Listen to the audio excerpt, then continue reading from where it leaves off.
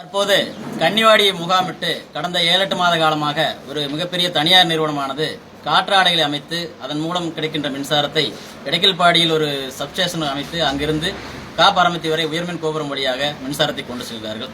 அவர்களுடைய இந்த திட்டத்தின் முழு மதிப்பு 2000 கோடிக்கு மேல். அவர்கள் 2000 கோடிக்கு மேல்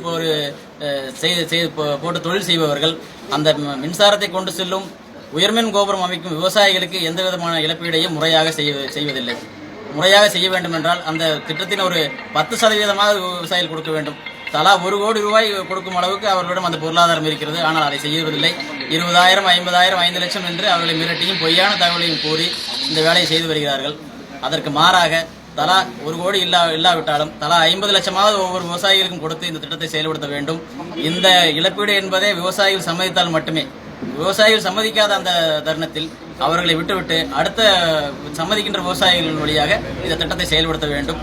முழுக்க இது உயர்மின் கோபுரம் அல்லாது கேபிள் வழியாக மிக எளிதாக இவர்கள் கொண்டு செல்லலாம். ஏன்னா அவ்வளவு பெரிய ப்ராஜெக்ட் 2000 கோடிக்கு மேல் செய்கிறார்கள். அப்படி இருக்கும் பட்சத்தில் முழுக்க கேபிள் மூலமாக செய்ய வேண்டும் என்பதே எங்களுடைய விருப்பம். அப்படி அல்லாத பட்சத்தில் இந்த இழப்பீட்டை கொடுத்துதான் இந்த வேலையை செய்ய வேண்டும்.